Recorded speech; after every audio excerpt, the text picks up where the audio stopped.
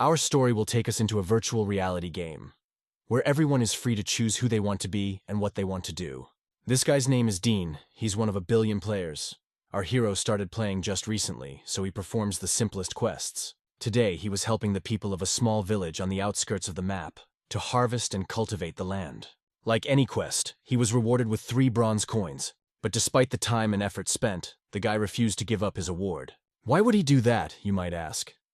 Dean has a motto in the game: do good without expecting a reward. From such kindness, the local laborers could not hold back tears, because for them these 3 coins mean much more than for any player. You might think Dean is just a nice guy, but really, he's just trying to improve his reputation. The point is that our hero wants to choose his profession, and for this, he needs reputation points. It's only been a week since the launch of the Chaos Gods game. 1 billion players registered in the first day alone. Just think how big this game is. But why is this game so popular? And the answer is obvious. People feel real freedom in it. Besides the fact that you can become whoever you want, everything around you feels real. But still, the main advantage of the game is freedom. In Gods of Chaos, a person can choose any profession he can imagine. In the game, Dean is known as Wildfire. He is a very ordinary level 1 rookie. He only has 1 reputation point left to gain, and he can become a holy knight. In the game, countless professions, but only the most interesting and most exciting, requires reputation points to choose. Getting the last experience point is not as easy as it seems. The system is built in such a way that not for all good deeds the player gets reputation points. This is done so that the player does not pass the same quest several times in a row. But it seems today, luck is on our hero's side. On his way back to town from the fields, he met an old man. When he saw our hero, his grandfather asked him for help. Without the slightest hesitation, Dean agreed. From his pocket, the old man took out a very old-looking ring and asked Dean to take it into town and give it to the blacksmith. The old man's request seemed strange to our hero because the city was literally 5 minutes' walk from this place. Seeing the doubt on our hero's face, the old man said, "Too late, it's yours." Then, the man tossed the ring like a coin, and Dean reflexively tried to catch it, and the ring magically fell on Dean's finger. Before our hero could realize anything, the system started the process of changing his profession. Instead of an old shabby robe, Dean got a new cape, with flaming tongues around the edges. And his holy hamster fur gloves have been transformed into top-of-the-line steel gloves. But most interestingly, a badge appeared on Dean's chest that he had never seen before. A scarred skull pierced with a dagger. In addition to new clothes and weapons, our hero felt a strange sensation, as if a power was overflowing from within him. But that wasn't all. When Dean's transfiguration was over, the system notified him of his successful career change. While Dean was confused, the old man quickly ran away. It was too late to fix it. He had a new profession. But what did he become? Upon opening the character window, Dean learned that he had been given the profession of Tyrant. But worst of all, his reputation was -100. When Dean saw it, he screamed, "Oh shit! What kind of tyrant? I wanted to be a knight!" But then, from behind a tree came the same old man coughing softly. Turns out this man was one of the monks of the Temple of Evil. And now that Dean has become a tyrant, this old man has become his handler. After the incident, our hero was simply furious. He insulted the monk with every possible obscene word. When suddenly the old man interrupts Dean and says, "Boy, you can do whatever you want now. What are you—" Before the old man could finish speaking, Dean grabbed him by his robe and started shaking him to shut his mouth. I realized that all the path I've traveled has been irretrievably lost. Dean said I did all the miserable work to become a holy knight. Now it's all lost. You idiot. You wanted to be a holy knight? That's funny. You call me an idiot too. I gave you a chance to put the whole world at your feet. You don't even realize how powerful tyrants are," replied the monk. When Dean heard that, he grimaced, imitating an old man, and said in a squeaky voice, "Really?" Seeing that our hero was not happy about the situation, the old man promised that he would make him the strongest man on the entire continent. Of course, every profession has its disadvantages, and the tyrant's profession is the level of reputation. Old Man told Dean about all the advantages of tyrants, what they are capable of, and so on. But our hero did not listen to him. He thought about how to fix the situation. Dean even thought of deleting the account and start all over again. "Oh, it's so hard with you young people. You don't know how to listen. Then let me show you something," the old man added. And he did. A little fireball is just a small drop of the power you possess. If you listen to me and study hard, you can reach probable heights, said the monk as he left. Dean was so angry at the old man that he even put out the fireball to keep the monk from coming back. Before deleting the account and starting over, Dean decided to see what kind of profession he'd gotten in the first place. But in the game, all details about the Tyrants were classified, and there could be several reasons for that. Either Dean was the first to get this profession, or it's one of the 7 forbidden professions. Anyway, our hero felt like he'd been duped, so he wanted to go back to town and try to make things right. Approaching the city, our hero saw a very strange picture. There were absolutely no people on the streets. The main gate was closed, and on the castle walls there were military patrols. Dean didn't know what was going on. Was there a war on? But if it was, why hadn't he gotten any notifications? In God of Chaos, there is occasional warfare where players can earn a lot of reputation points for their achievements. And since there was a war on, it was a great chance for our hero to rectify the situation and restore his reputation. But that, to enlist in the army and take part in the battle, you had to get this quest from the commander of the fortress. Dean asked the guards to open the gate so he could sign up as a volunteer, but the soldier ordered him to stop, or they would be forced to open fire. Realizing that the situation was heating up, Dean stepped a little closer and shouted, "Look, I know how it looks, but I'm really not a bad guy. I'm not a bad guy." But as soon as our hero got too close to the castle walls, the guards sounded the alarm. The Tyrant is at the castle walls. Attack. While Dean was trying to figure out what was going on, the main gate opened, and out of it ran 100 city guards who wanted to kill our hero. When suddenly, the system suggested Dean activate the villain skill, a guy who was having doubts about whether to do it or not. After all, it was unlikely that anything good could be expected from this skill. Because Dean was distracted by the alert, he didn't notice the small rock under his feet that I tripped and fell on. Looks like there's no escape. Not even 10 seconds later, our hero found himself completely surrounded by enemies. There's no way out. Now it's either fight and try to survive, or go to jail for a month. And the choice became obvious. To sit a month in prison, Dean did not want to. So he decided to activate the skill villain to try to get out alive. After activating the skill, from the ring that our hero gave our old man began to burst out strange streams of aura. The sensation was amazing. Dean literally had no control over his body. It was moving on its own. As suddenly, one of the guards decided to attack our hero from behind. But thanks to the skill, Dean managed to react in time and cut the guard in half. After his blade felt the blood, it was impossible to stop Dean. The damage from his attacks was enormous. It was literally enough to kill any guard with a single blow. It was happening so fast that Dean didn't even realize it. But what amazed him the most was that he could do this, only on level 1. As suddenly, a slew of system notifications popped up, stating that our hero had lost another 10 reputation points. Realize where this could lead, our hero begged the guards not to attack him, but unfortunately, no one listened to him. The guards attacked Dean again, and every one of them our hero sent to the other world. But every time he killed someone, he apologized for it. Suddenly, a small detachment of 3 knights led by the captain of the guard managed to take our hero by surprise. Dean thought this was the end, and he was ready to die. But no, the villain's skill worked, and this time, with one powerful jerk, our hero finished off 3 soldiers at once. Of course, the guards were also able to slightly wound our hero, but their damage was so insignificant that it could be compared to the bite of a mosquito. And then our hero realized that he's already the main enemy of the whole town. So why not have some fun? Din, in a matter of seconds, exterminated entire squads of trained warriors. Admittedly, the skill of a villain is awesome. In just a couple minutes, our hero took out all the guards. Now that there was time, Dean decided to wonder what the villain skill was even for. As it turns out, this skill increases all stats depending on reputation level. The lower the reputation, the stronger the buff. What's happened lately has made Dean think that maybe he's actually lucky. But on the other hand, he was at a loss as to what to do next. He might have escaped now. But the road to the city was closed to him. And then Dean remembered that there was a town called Chaos. After thinking it over, he decided to go there.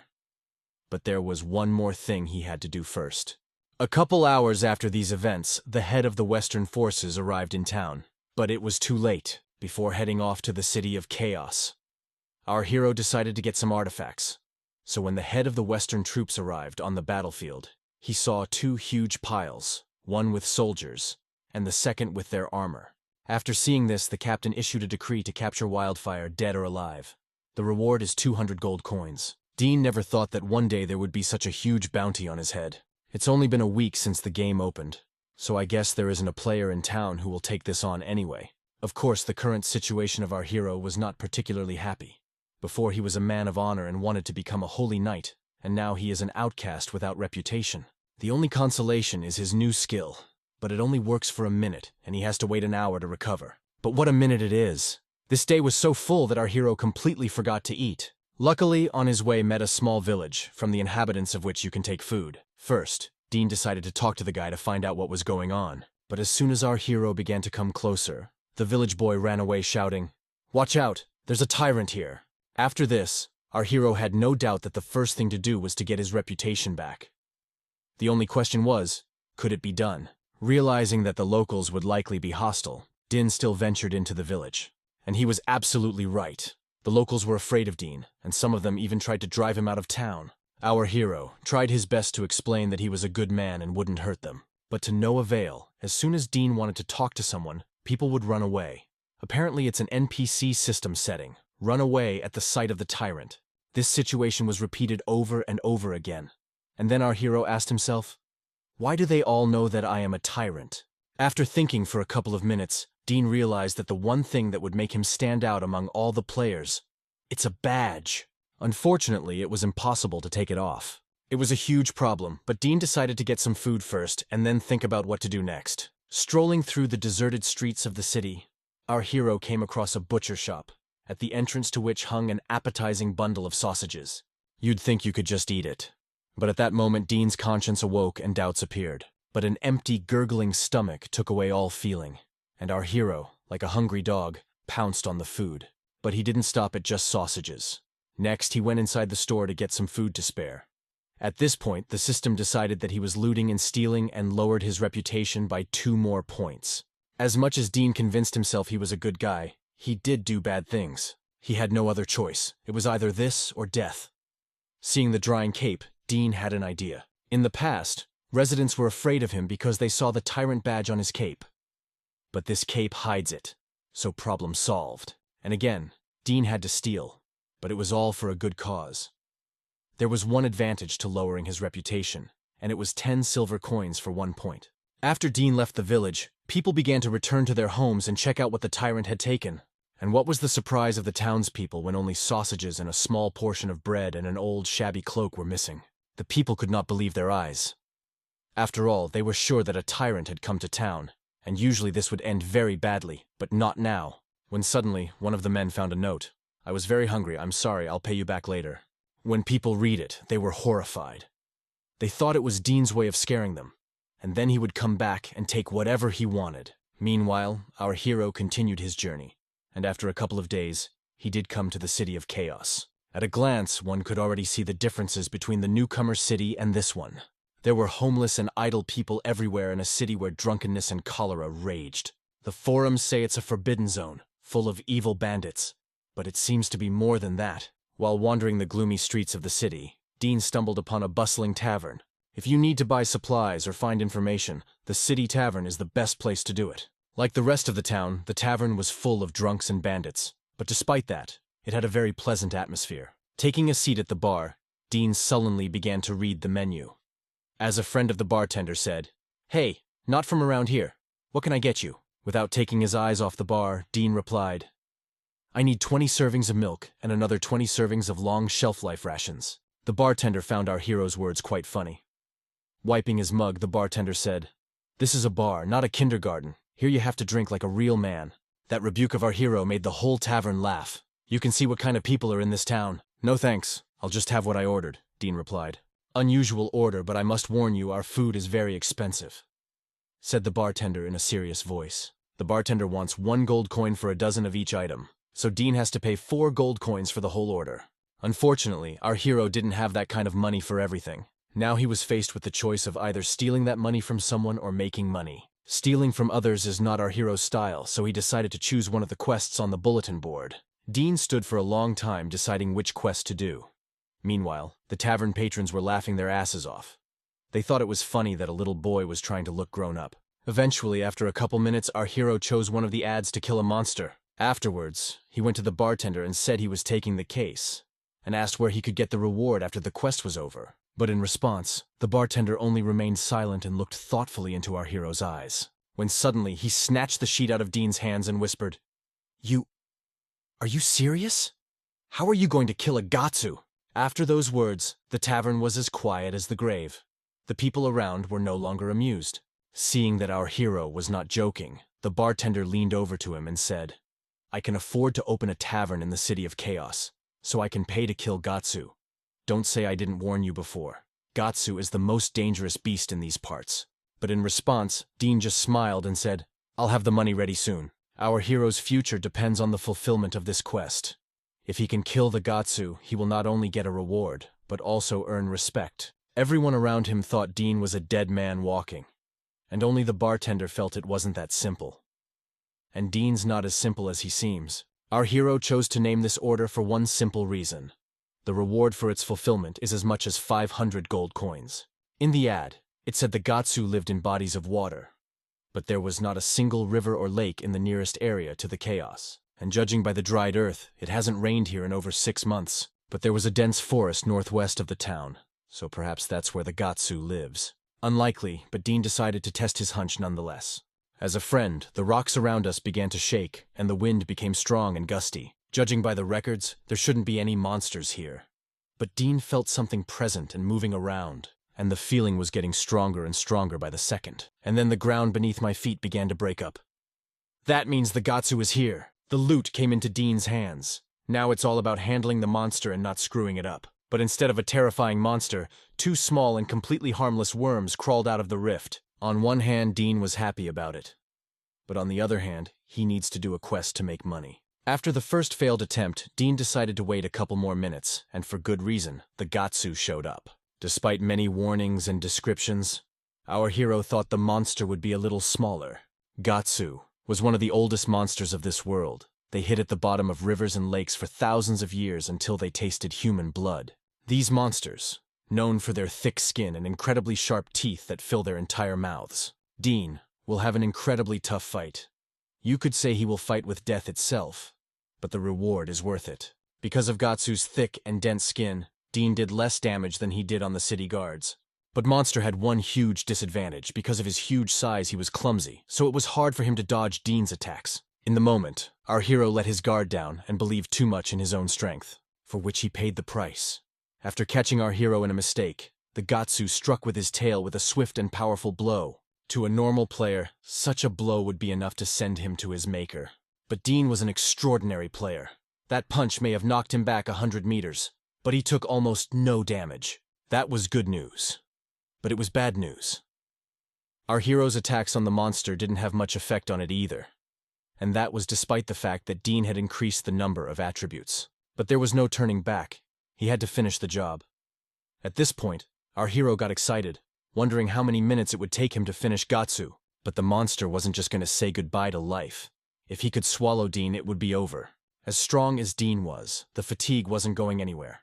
And if he wanted to kill a Gatsu, he'd have to figure out how to do it in one blow. During the battle, our hero noticed a small patch of thin skin that was covered by armor plates. If you time it right, you can cut a Gatsu's spine in half with one blow. The main thing is to get exactly between the plates, otherwise it's useless. After waiting for the right moment, Dean activated the villain skill to make sure it worked. And it worked. No matter how strong Gatsu is, he can't live with a broken spine. As soon as our hero took his sword out of the monster's still hot body, the system notified him that the quest had been successfully completed. And as a reward for killing such a rare monster, Dean received its horn and armor made of its scales. The armor was very good, and the horn was of epic quality, so it was worth a lot of money. But in addition, our hero received a huge amount of experience points and was able to raise his level from 15th to 23rd. The longer Dean was in the role of Tyrant, the more he liked the profession. The only downside is that he's always being hunted, but that's not the main problem right now. As a proof of accomplishing the mission, Dean needed to bring the monster's body, but now his skill was in gobbledygook. But he didn't want to wait an hour, so he put all the attribute points he earned into the force. But even that wasn't enough. The Gatsu carcass was too heavy. And then Dean thought that the monster's horn would do the trick. Back at the tavern, Dean walked up to the bartender and said with a grin from ear to ear, "You know what? I've already killed a Gatsu." Dean said it loud enough for everyone in the bar to hear it, when suddenly a couple of adventurers at one of the tables shouted out, "Hey Carl, since when did you start pouring drinks for kids? They're already having hallucinations like this." Naturally, no one believed that such a young boy alone could defeat the Gatsu, and the tavern became full of laughter. Our hero didn't give a damn what anyone else thought. He wanted his reward. Naturally, bartender Mark asked for proof, specifically the monster's breathless body. Mark added, seeing Dean's confused look. You know, his meat would make an amazing dish. I gave the kill order to savor it. Realizing the hopelessness of the situation, Dean said that he'd left the monster's body near the town, near the woods, and that he'd brought something else as proof. When suddenly Mark couldn't take it anymore and slammed his palm on the table, leaned over to Dean and said in a gruff voice, "Yesterday I thought you were just crazy, but you're a real idiot. Do you know what happens to people who cheat on me?" When the visitors saw that Carl was angry, they even felt sorry for our hero. Carl was a notorious bandit, with 100 gold pieces on his head. So no one had the slightest desire to get into a fight with him. But soon, the man's patience ran out. Taking off his glasses, he said in a calm, monotone voice, "It's not funny anymore." When suddenly his voice changed dramatically, and Carl himself became furious, and all over his body veins began to burst out, so angry was he. Dean didn't want to fight him, because then he'd give away his true strength. And in a place like this, it was better not to talk about it. To avoid unnecessary fighting, our hero stood up from behind the doubles counter and said, "I killed the Gatsu, and the body is there. I can take you there, it's up to you. But as for the reward, you have to give her to me," Dean added in a threatening voice. Such insolence of our hero surprised Carl. Men were not used to someone who could afford to talk to him in such a tone. At the moment, the bartender started laughing loudly and the atmosphere in the bar seemed to become calm again. But that didn't last long. After Carl had laughed enough, he jumped over the bar and took a swing at Dean. There was one law in this bar. Any threat was punishable by death. Compared to the usual thugs and drunks who live in chaos, Carl looked like a true god of martial arts. But to Dean, he was just a huge carcass of meat. Besides, you don't need to have any superpowers to dodge such a trivial attack. Just don't be an idiot. Of course, Carl thought Dean was just lucky. Right now, a young boy is humiliating the strongest man in town. Though it's more accurate to say he's self-humiliating, and Dean is only happy to take part in it. When suddenly Carl goes into berserk mode, which means there's no way to avoid a fight. And it's the perfect chance for Dean to get the reward and respect he deserves. While in this mode, the speed and power of Carl's attacks increased tenfold. And with one punch, he could blow a man's head off his shoulders. But in Dean's case, he stopped his fist a couple of centimeters from his face. If you thought he had the nobility not to kill the kid, you'd be wrong. Dean just struck faster. With a light and swift swing of his sword, our hero made filigree cuts all along Carl's body. And that's when Dean said, "You have a choice. Either pay for your treatment or pay me my reward. Make up your mind."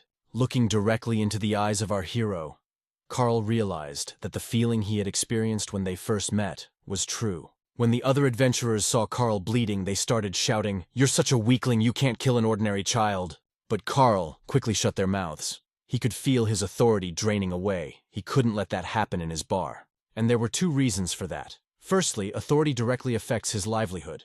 Secondly, there's a big bounty on his head. So if he shows weakness, he'll be killed immediately. By this point, the man had already realized that he was unlikely to win. But death was better than anything that could happen if he lost. And our hero understood this perfectly well.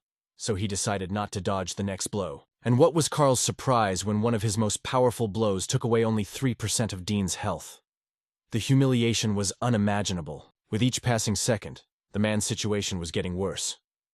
He was beginning to regret that he had not just given the money. His only hope left is to hit the hardest. The Quran called this technique the blow of the 1,000-year club.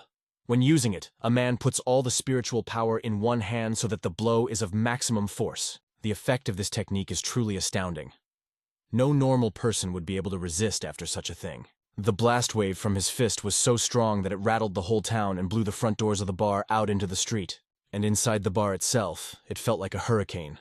Tables and chairs were scattered and broken, and some of the customers wet their pants in fright.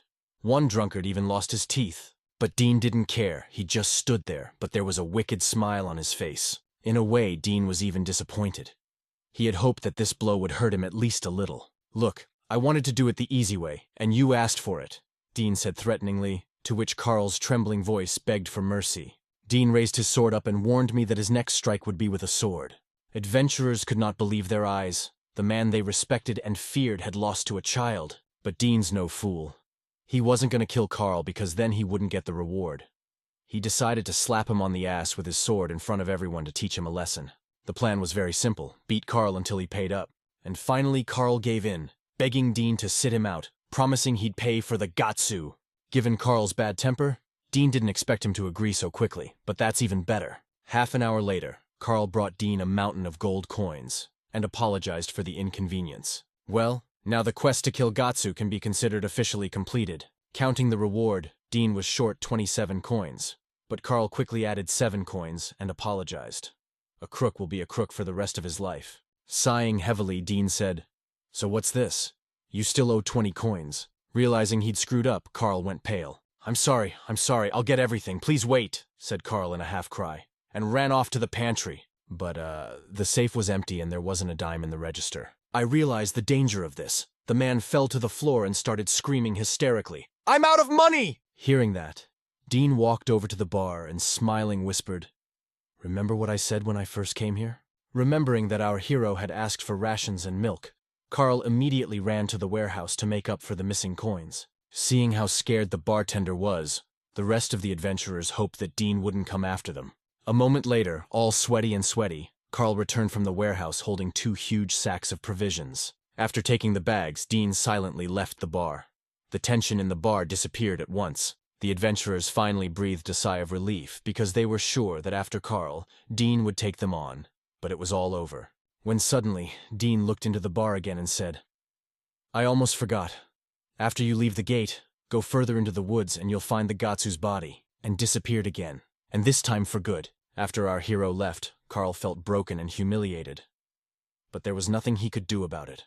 When suddenly, the bar doors opened again with a shout. "Hey, losers! What are you standing there like statues?" You should have seen your faces. It was like seeing death. "Hey, Carl, what are you doing closing so early?" said the girl. While the bartender was in a stupor, the bar patrons told Vicky what had happened, and they were so scared because they thought it was Dean again. Vicky thought they were hallucinating from the alcohol. Plus, she was in a big hurry. She had new orders to deliver to the bulletin board. In one of the new orders, there was a sheet with Dean's face on it, with 203 gold coins promised for his head. When Carl found out about it, he felt even worse, because he thought he was really cool.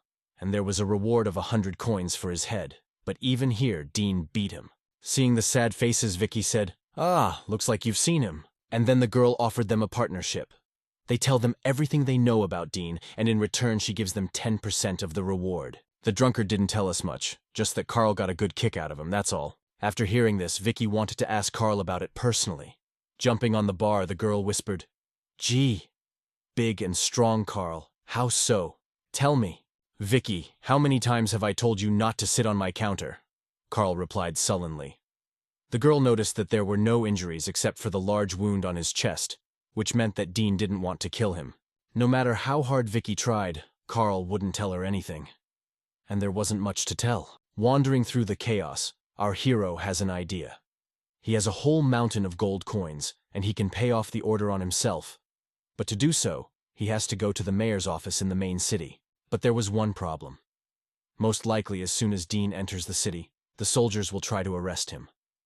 Besides, the villain's skill is rather short-lived. Tin can't be sure that he will manage to get out of the city besieged by professional soldiers. So if he wants to go to the main city, he's gonna have to hitch a ride. Dean had to figure out how to turn the Gatsu horn into a weapon first. He needed a workshop for that. Suddenly, in one of the alleyways, a guy said to Dean, "Are you looking for something?" "Yeah, I'm looking for a workshop." "Can you tell me what country it's in?" asked Dean politely. Smiling, the stranger added, "What a coincidence. You might not be able to tell from me, but I'm the best blacksmith in Chaos." Naturally, our hero did not believe it. This guy was dressed too fancy for a blacksmith. Seeing Dean's skeptical look, the guy said, "It's important for me to maintain my image. I only wear my job when I'm Styosa Anvil. That seems pretty reasonable to me. And they're true, it's not always the craftsmen who have to wear dirty work clothes." Before Dean could answer, the stranger grabbed his arm and dragged him into the alley. On the way, the guy told him that he could fix or make new equipment of any complexity. Dean was well aware that it was most likely a trap. In any case, the villain was no longer cool down to anything. But something in the back of Dean's mind told him he could trust this stranger. So he told him he had to create a new weapon.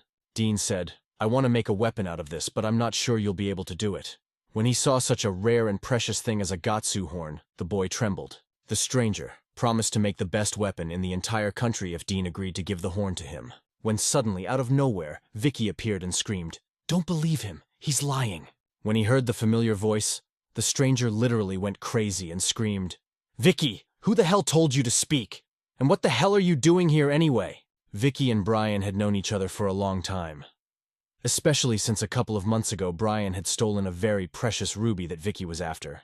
As a true thief, Brian pleaded not guilty and denied all allegations against him. Of Dean's delivery ad, Vicky showed his brain and made it clear that she had just saved his stupid head from certain death, and for that, she wanted money. After which Brian just turned and ran off, followed by Vicky saying, "Pay where you always pay!" When Brian left, Dean asked Vicky who she was and why she helped him.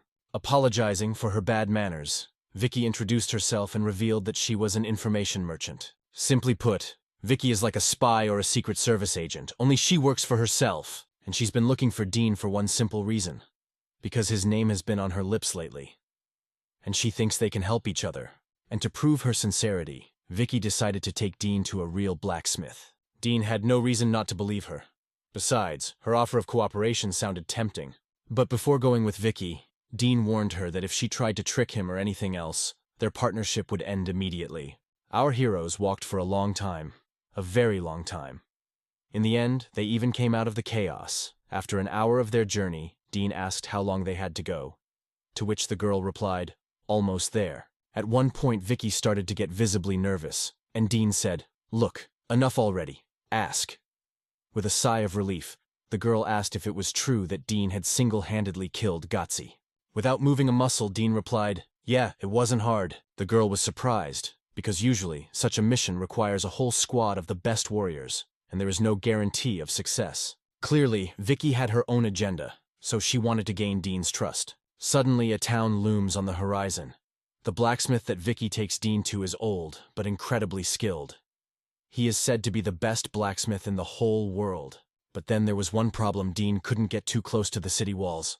There was a high chance of being exposed. Luckily, because of her profession, Vicky knew another entrance to the city. The sewer is the only entrance to Veruga that isn't controlled by anyone, so it's perfect for Dean. The smell here was disgusting, but it was safe. This place used to be guarded like all the other passages.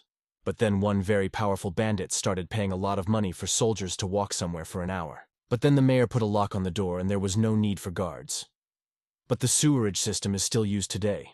For people with such status, it is the only way to get around the city. This place reminded Dean of chaos, the sewers filled with broken fates and pain. After going through a whole maze of tunnels and pipes, they finally arrived. But in the city itself, there are also a lot of patrolmen, so you need to be on the shiku. Dean realized that in this game, NPCs weren't as stupid as they looked, so you had to be extremely careful about everything. Timos's workshop was a couple of meters away from where our heroes crawled out of. This workshop was no different from thousands of others. Is Timos so good that he is considered the best blacksmith by everyone? Suddenly the door was opened by a skinny old man who looked at our heroes and said in a hoarse voice, "What do you want from me?" "Mr. Timos, it's me, Vicky. Don't you recognize me?" the girl asked in a trembling voice. Looking closer, the blacksmith remembered her. The last time they'd seen each other, Vicky had been a child. No wonder he didn't recognize her right away. When contact was made, Vicky introduced our hero to Tim. Seeing his unkempt hair and torn clothes, Dean couldn't believe that the best blacksmith in the world was standing in front of him. Dean revealed that he was in a tight spot right now, but he would really like to get a good gun. Timos, despite his sullen appearance, was a very kind man. So he offered to help with lodging, but as for weapons, he hadn't done that in a long time. Hearing this, Vicky almost fainted from shock as she suddenly said, "Sir, he prepared the Gatsu horn. Might you think about it?" It was obvious that the blacksmith was interested. He kept muttering to himself, Horn Gatsu." Seeing that the foreman was interested, Vicky began to tease him, saying that Timos just didn't know how to work with such material. So he wanted to avoid the job. Timos wasn't old enough to fall for such childish tricks. However, he could not miss the chance to work with such a unique material as Gatsu horn. So he agreed to help our heroes. If you've watched the video up to this point, write the word lollipop in the comments, thank you, and here we go. And Timos wasn't going to make a simple weapon. He was going to make a so-called growth weapon. I don't know why, but Dean trusted the blacksmith. So he gave the horn without question. When he took something so precious in his hands, Timos almost cried. The horn brought back old memories from when he was very young. The master himself could not believe that after so many years, he again had a chance to work with a material of such quality. Thanking our hero for his trust, the blacksmith immediately disappeared into the workshop. Seeing the bewilderment on Dean's face, Vicky said, "Don't take offense at him, he's a strange but kind man." And then Dean wondered why Tim was no longer doing it, for he saw in his eyes the desire and passion for the craft. Vicky promised to tell Dean anything he wanted, but only outside so as not to disturb Timus's work. Once we were alone, the girl said, "You've already realized that your uncle is different from the rest of the people. He once forged a legendary weapon from Tlaturk's fang, which he called the Fang of Truth. Our hero had previously heard of this legendary blade, so learning that it was Timos who made it, he had even more questions."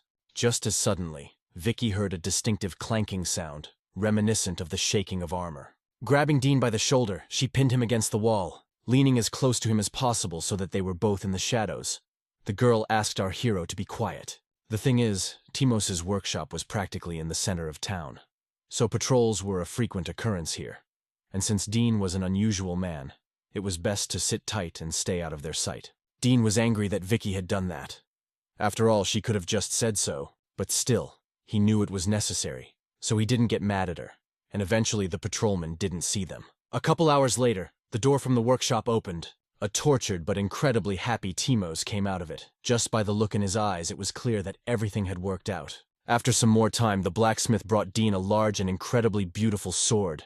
I'm not afraid to say a real work of art. Timos has indeed succeeded in creating a weapon of growth.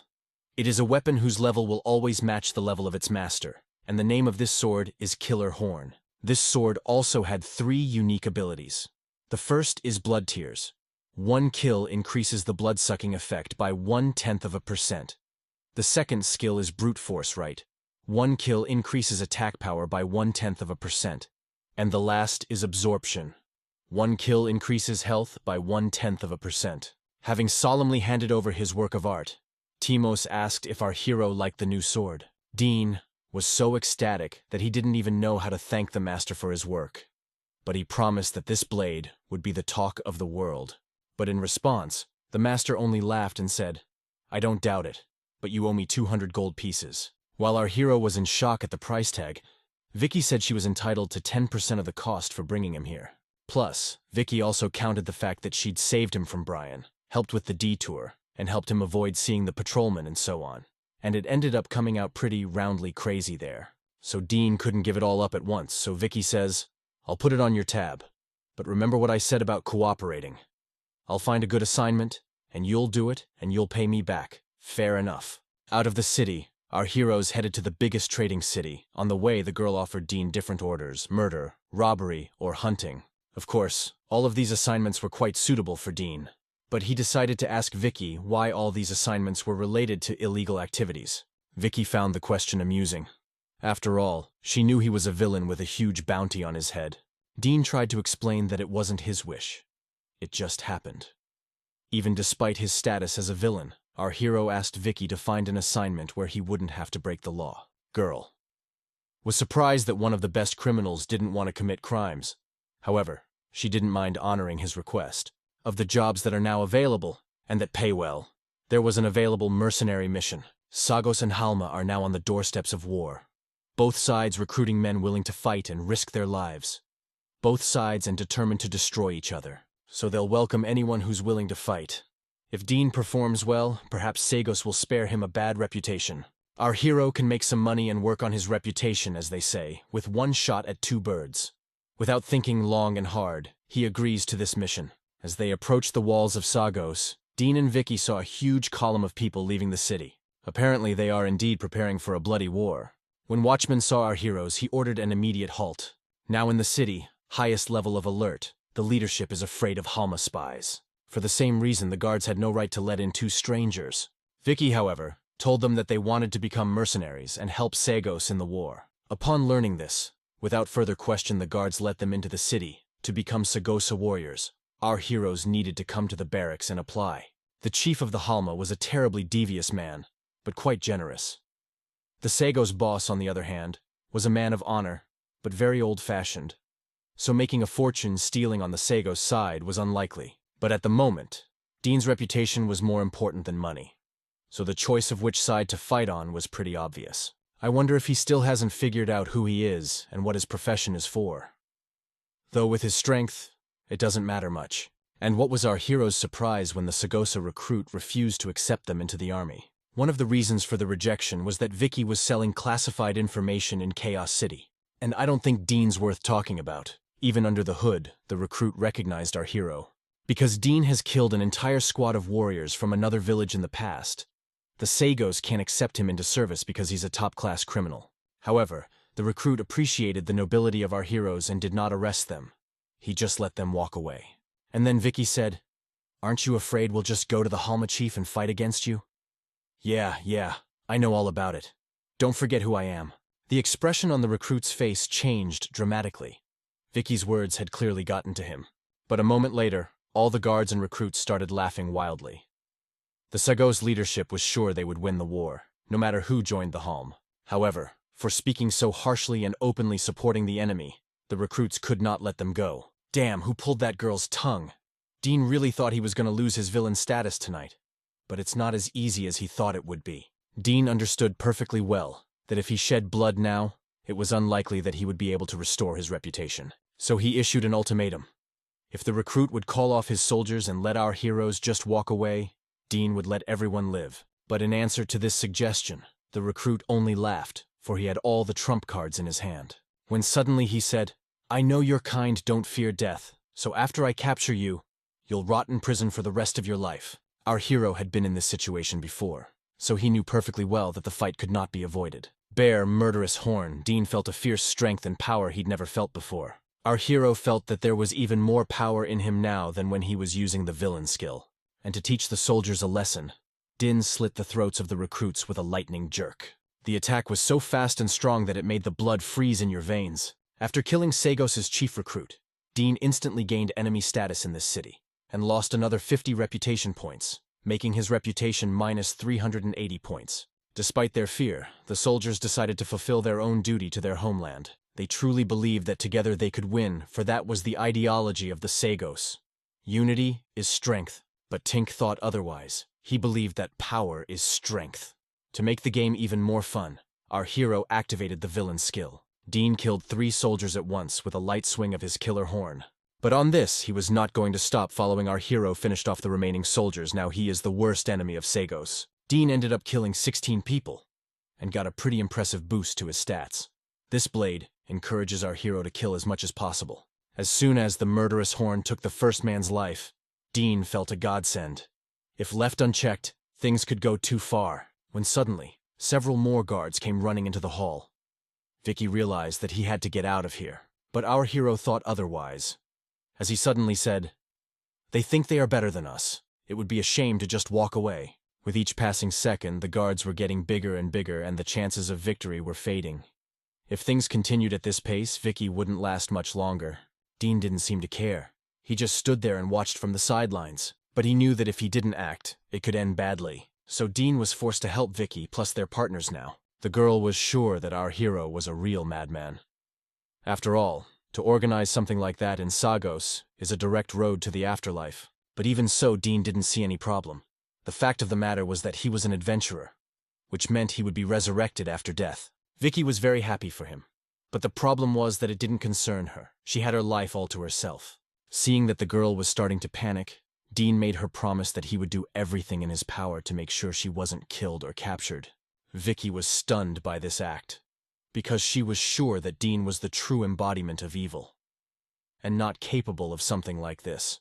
After killing all the guards, our heroes wanted to get out of Sagosa as fast as possible. All the while, an old man in a silk cloak stood outside the door, just watching our hero kill the guards. He wanted to run away before he was discovered, but he couldn't. Dean found him before he could. Our hero was determined.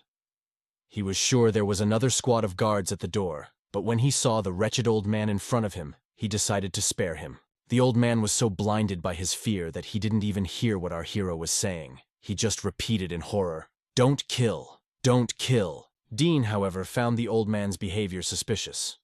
He realized that he was an unusual butler or townsman, and that he was dressed like a wealthy man. Suddenly, the old man stood up and said, "I voluntarily renounce the city of Sagos and all my rights. I will take responsibility as chief of the city, even if I have to die by your hand." Oh shit, that old man's got title to the town. Dean is now the warden of the Sagos. But since he failed to win the favor of the residents, All NPCs will be forcibly disbanded after the transfer of power. Vicky was confused by this. This was the first time in history that one person could become the town's chief. Mocking Dean, Vicky joked that she would spread the news personally, and by tomorrow everyone would know about it. But Dina had other plans. He wasn't going to run a ghost town. But Vicky didn't seem to care. You can think what you want about Vicky, but she does her job perfectly. That same evening, all the chiefs of the big cities received a letter announcing that Sagos had a new master, and naturally it got to the head of the Halma too. By the way, did you appreciate his pillow? If you know where it's from, write it in the comments. Let's go back. The Halma's secretary, when he received this letter, didn't believe it at first. He thought it was a simple military ploy by the enemy. But also from other cities, letters came with the same news, which indicated the truth of this news. It would seem that the chief of the Halma should have been pleased that their enemy had lost their commander-in-chief before the war began. But the letter that came to them told everything in the slightest detail, and even that all the guards of the city had been killed.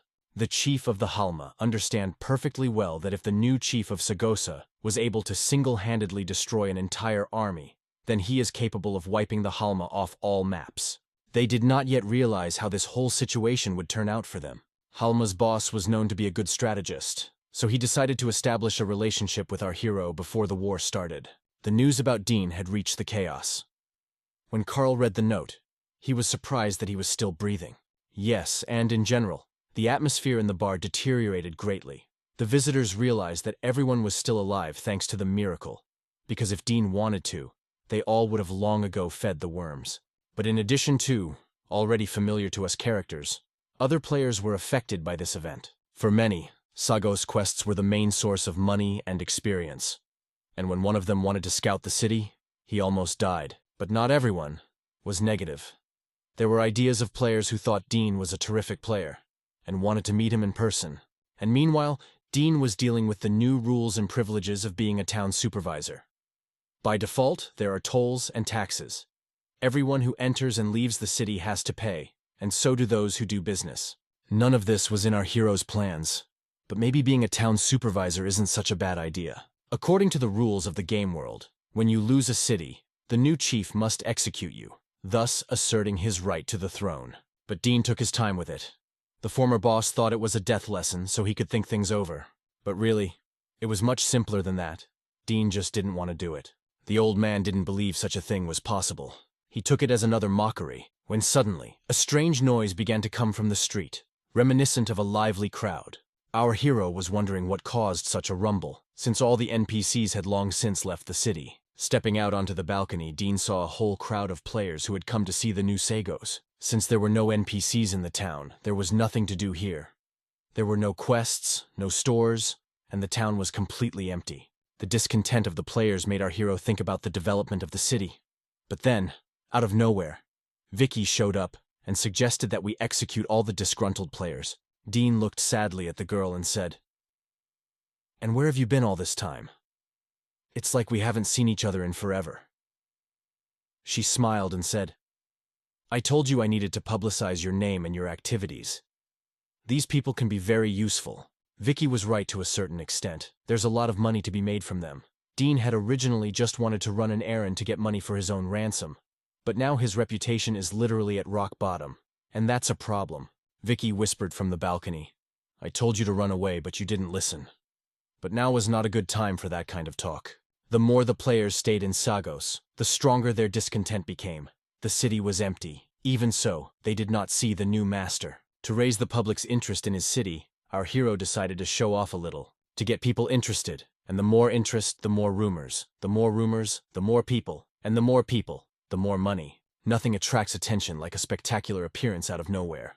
Edie decided to use that trick, when suddenly in the main square there was a huge explosion and a cloud of dust rose up. The players did not understand what was happening. Many people thought that this was how the hidden quest started, in the new Sagos. Therefore, everyone was on guard. But as the cloud began to dissipate, the players saw the silhouette of a man. Many had already guessed that it was the new owner of the Falcon. But for those of you who are particularly gifted, Dean jumped forward and spread his arms out and shouted, "Welcome to the new city of chaos. I, the Wildfire, am now in charge." Girls in revealing outfits, even a little sweaty at the sight of our hero. Now this city and I seem so boring, but not all players were delighted with our hero. among the hundreds of players, found one who opposed Dean. This man accused Dean of using cheats. He didn't understand how he could take over an entire city by himself. Also, Old Sagos was a city with a very strong army, so even a squad of top-notch players would hardly be able to capture it. The player who opposed Dean was known by the nickname Irritable Vipey. The guy had an excellent reputation in Chaos City. Plus, he's already reached level 20, which is an incredibly high bar by the standards of the game. When I was recognized as the strongest in Chaos City, you weren't even here yet. A new Chaos City? How dare you even mention it? You're nothing. Without a second thought, Vipey rushed towards Dean to blow his head off his shoulders. Of course, all this nonsense about the City of Chaos was just a beautiful cover. In fact, this idiot wanted to take the place of the head of the city. It would seem that our hero didn't need any more trouble right now. But on the other hand, it was the perfect chance to show everyone else your strength and establish your authority. Dean being rumored to be strong is good, but if it's confirmed, it's perfect. And when everyone saw that Vipey was lying on the floor, not breathing, and Dina didn't have a scratch on her, there was silence in the square. People just couldn't believe what they saw. Our hero defeated a level 20 player with his bare hands and one punch. And to add even more effect to this incident, Dean pretended that it was meant to be, then said in a calm voice, "The town is in dire straits right now, but that doesn't mean everyone can come and create here without feeling, and so that the desire to visit the city of the players did not completely disappear. Dean promised that in this city, all and always will be welcome. But if someone tries to break the local rules, he will teach them manners, personally. And of course, those who help rebuild the city will have special business and living conditions in Sagos. But since Dean was a player, he wouldn't give simple missions like NPCs. And from time to time, he will personally lead some missions. To retain those people who had already come and to attract new ones, Dean announced the start of the first mission. Because of the war preparations and the change of leadership, the city was more like the ruins. So our hero needs people to clean up the mess, for a fee, of course. The cleaning mission was simple and paid relatively well, especially for its fulfillment. You could get reputation points. According to players with great enthusiasm and eagerness started taking missions. And in order to distribute the reward equally amongst everyone, this mission is limited. At this rate, Dean will have the city cleaned up in a matter of days. As suddenly Vicky walked up to our hero and praised him for a job well done. But Dean didn't need her praise.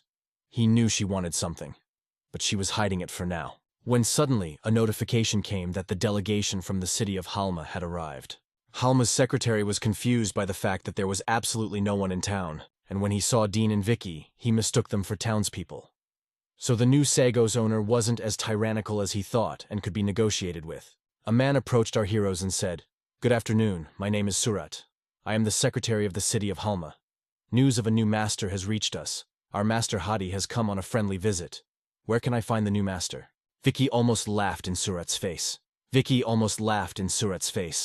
But she was able to restrain herself, because she realized that it would be disrespectful and could cause problems. And then pointing to Dean, the girl said, "Looking for a new master. His name is Wildfire, and here he is." Upon learning this, Surat was glad he had been taught manners as a child. Or, God forbid, he would have said the wrong thing. Bowing to the din, Surat begged our hero to meet his master. Seeing no reason to refuse, Dean invited the guests inside. Hadi didn't believe Dean was the man the letter said he was, because it said that the new master of the Sagos was a demon with no mercy. And Dean looked like a normal adventurer. But nevertheless, Hadi decided not to risk it and to show respect. With Sagos' former boss, they'd had serious differences. But now he hopes to resolve the situation between their cities. Dean thought it was funny, because he had no intention of attacking Halm. But if Hadi had come, it meant something had alerted him. Our hero heard the players talking about a demon and some kind of report. There's a clear trace of Vicky here. Our hero didn't really want to mess with these NPCs, but his status forced him to show proper respect in return. So he invited the guests to come inside. Walking through the deserted streets of Sagos, Dean told his guests that everything in the report was a little embellished, and he wasn't really as tyrannical as he seemed. Most of all, Hadi was surprised at how beautiful and large this city was, much larger than Halm. Also, the head of the Halma was struck by the fact that the streets were being cleaned by the adventurers. With a little misgiving, Hadi warned Dean that the adventurers were nothing but trouble, and advised him to kick them out as soon as possible. When the secretary heard this, his heart almost stopped with fear, for he knew very well that Dean was also an adventurer. And to prevent unnecessary trouble, Surat grabbed Hadi's shoulder and whispered in horror, "Sir, don't say that, please." When the head of Halima found out that Dean was an adventurer too, he almost died of shame. Hadi thought he'd be executed immediately for saying such a thing. But fortunately for him, Dean really wasn't as ruthless as the letter said. In response to Hadi's words, Dean only objected and said that players can be useful if they are treated fairly and paid good money. Realizing I was wrong, Hadi blushed and apologized, after which Dean and Vicky escorted them to the warden's residence. Seeing the huge columns with golden patterns, Hadi became a little jealous that his residence looked like a barn compared to this one. When suddenly in the middle of the tour, Vicky said, "My dear sir, I understand that you and Mr. Hadi have a meeting scheduled, but I have a very important question." Hearing this, Hadi said he understood and would wait as long as it took. Dean didn't want to look ridiculous, so he pretended that was the case, while he wondered what Vicky had already come up with this time. In private, the girl reported that the city was slowly recovering from its decline, but there's still a lot of work to be done. And then she mentioned in the conversation that Dean needed an assistant to run the whole city and get the support of the local townspeople because a town without its people is worthless. Dean had thought he'd need an assistant to run the town while he was gone, but he hadn't found the right person for the role yet. However, this is not the main problem, and for the wars, most residents have lost their homes. And besides, right now there is no one in the city to take care of infrastructure development. The problem is that refugees and adventurers don't have the skills to do so. Learning to process medicines, cooking, forging, and trading takes a lot of time and money. Cities with not particularly skillful craftsmen are completely uncompetitive, and Dean doesn't have much time to train them. During the conversation, our hero had an idea, but he needed Vicky's help to do it. Dean wanted to place a job ad. He needed top-notch craftsmen, so he would pay more than any of the cities, also provide lodging and food. Vicky was afraid that this could have serious consequences, because if all the best masters left their cities, there could be another war. But frankly, Dean wasn't interested. He's the master of Sagos, and he's interested in beautifying the city above all else. And besides, our hero was sure that after he had single-handedly taken over an entire city, no one would dare attack him. From Dean's lips, these words sounded very convincing, so Vicky agreed to fulfill his request. Girl still did not understand how in one man could combine such evil and prudence and honesty at the same time. Although, if you look into it, that's probably why she trusts him. After Vicky left, Hadi carefully walked up behind her, and with a slight smile, he whispered, "Mr. Wildfire, may I address you?" Dean was so immersed in his thoughts that he'd completely forgotten he had guests from out of town. As a gift, a delegation from Halma gave Din the rarest medicines from their city and 500 gold coins. To be honest, our hero was pleasantly surprised by such a generous gift. He had expected to see some fabrics or useless books. In the medicine box, there was a 1,000-year ginseng root that added 3 points to physical stats, a longevity mushroom that added 1,000 points to health, a creation pill that added 1 point to damage, and a chi strengthening pill that added 5 points to spirit power. All these medicines were very rare and very valuable. Some players dreamed of finding at least one of these items, but Hadi had saved the best part for last. Taking a small box from his sleeve, Hodi gave Dean a fire gem, a unique item that appeared after the death of the great Balrog. The effect of this gem adds 1,000 points to fire resistance. I wonder where Hadi got such a rare item, why he decided to give it to Dean. Items that increase resistance to an element are incredibly valuable because of their unique abilities. Dean may need something like this in the future. When Vicky suddenly returned, apparently forgetting something. She looked down at the mountains of gold and smiled, and she came back because she wanted to clarify a few things. But it's not important. Dean figured that Vicky was his companion, but for now she was helping him for free. And to show some friendliness, he gave her a chest of herbs and medicines she might need on her journey. When Hadi saw our hero handing a gift to his subordinate, he almost died of fright, thinking that Dean didn't like the drugs. Hadi asked in a treasured voice, "Sir, are you satisfied with the gifts?" Looking at the fiery pearl, the Din replied, "More than satisfied." Our hero understood perfectly well the purpose of the Halma delegation coming here. So he assured Hadi that he had no intention of attacking their city, and even the other way around. Dean would love for Sagos and Halm to become trade allies. But for now, Dean has nothing to offer Hadi in return, so the union is put on hold for the time being. When Hadi and the rest of the delegation left, Dean finally exhaled a sigh of relief. The whole hosting thing was tiring him out. Dean's original intention was to use the gift money to improve the town, but he decided he had to pay Vicky back first. but the girl said he didn't owe her anything more, since the drugs he'd given her were worth more than he owed. Vicky was both pleased and angry that Dean was willing to just hand over the money. After all, with such financial literacy, he could have been duped by anyone. Realizing this, Dean held out his hand to the girl and said, "That's what I have you for. I look forward to more advice from you in the future, my partner." Dean had just asked Vicky to be his assistant in running the town.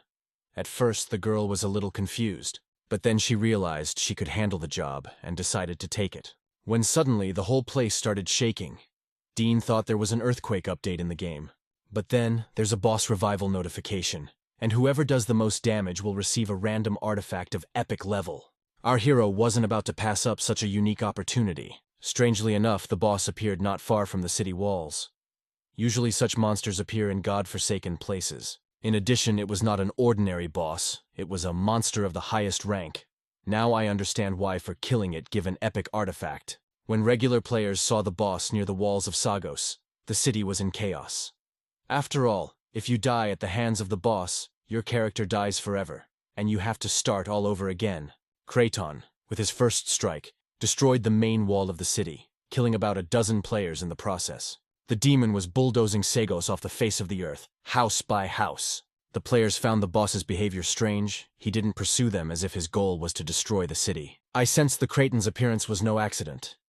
Now we have to stop him as soon as possible. In a matter of minutes, Croton wiped out half the city. Dean realized it would be suicidal to step into battle with such a monster without a suicide plan, especially since Kraton was a level 100 monster, and all of his characteristics were classified. Vicky was sure that if things continued like this, there would be nothing left of Sagos. She suggested evacuating the people before it was too late. But the Kraton was advancing so fast into the interior of the city that it was simply impossible to evacuate. Suddenly our heroes noticed that a squad of adventurers approached the boss, led by a player called Tramp. He led the top players on the server. You could say that he was the strongest, so it's no surprise that it was the rogue who came to fight Kraton. Especially since there's an epic artifact at stake. The guy believed that he could handle the boss alone, but there was one problem because of Kraton's hidden skills. The rogue couldn't teach him enough lessons. After a failed series of attacks, the guy realized that the whole server was in huge trouble. The tramp suspected something like this might happen, so he brought his friends with him. Meet number 2 in the player rankings. Luna, the strongest mage on the server. The fact that they couldn't kill Kraton became obvious very quickly, but on the other hand, they didn't need to. The main thing to get the artifact was to do more damage, and so far the tramp was ahead. The other players also decided to try their luck and all pounced on the boss like a pack of ants. After countless attacks, the monster had only lost 1% of its health. While taking the lives of thousands of players and NPCs, the situation was getting worse and worse by the second.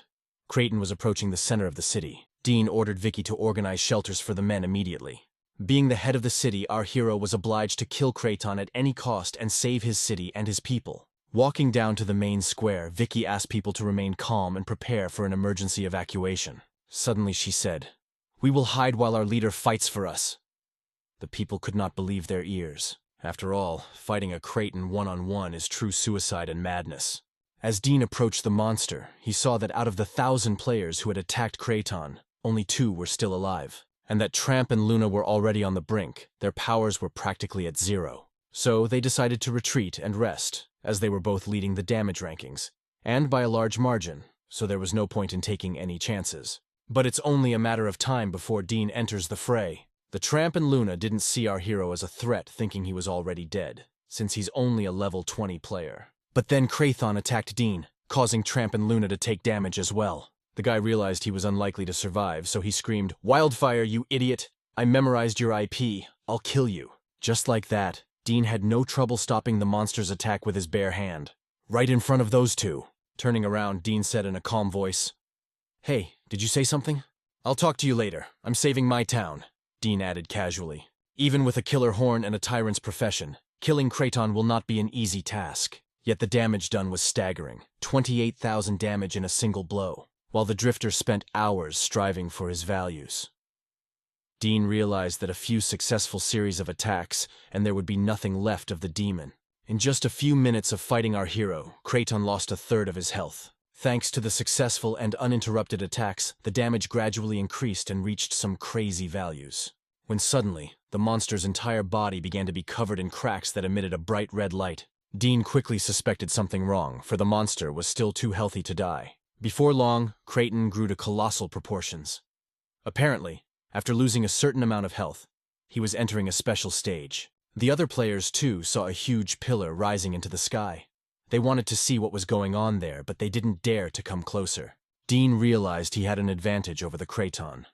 The monster's colossal size made it hard to defend, and our hero decided to take advantage of this disadvantage by launching a swift attack from one flank to the other. But due to the demon's transition to Phase 2, the damage received has been halved. Also, the monster was much faster than Dean had anticipated, but still not enough. Because of the reduced damage, Dean has a huge problem. The effect of the villain skill ends after 10 seconds, and the usual attacks to defeat the Creighton will not be able to too little time. So Dean had no choice but to risk his own life. No matter how strong his armor becomes or how fast he is, there are always vulnerabilities. And after moving into Phase 2, Croton's most vulnerable spot was his eyes.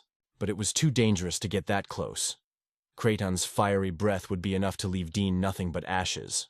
Luckily, the demon didn't expect such a brazen and lightning-fast attack, so they were able to react in time, and Din was victorious.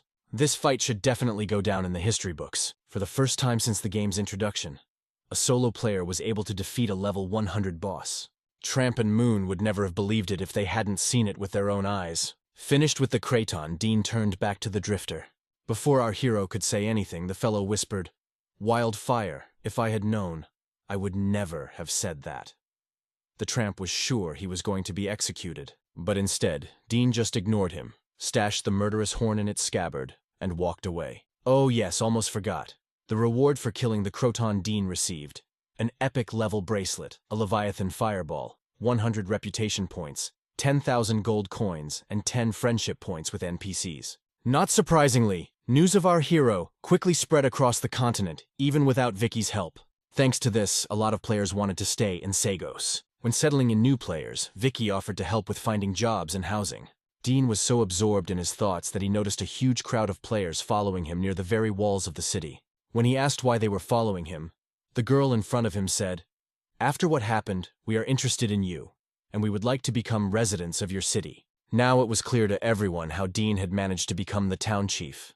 In the future, there would be many more people who would be interested in Sagos, so Dean had better be ready for it. And meanwhile, Hadi couldn't find his place. Our hero's actions made him hesitant.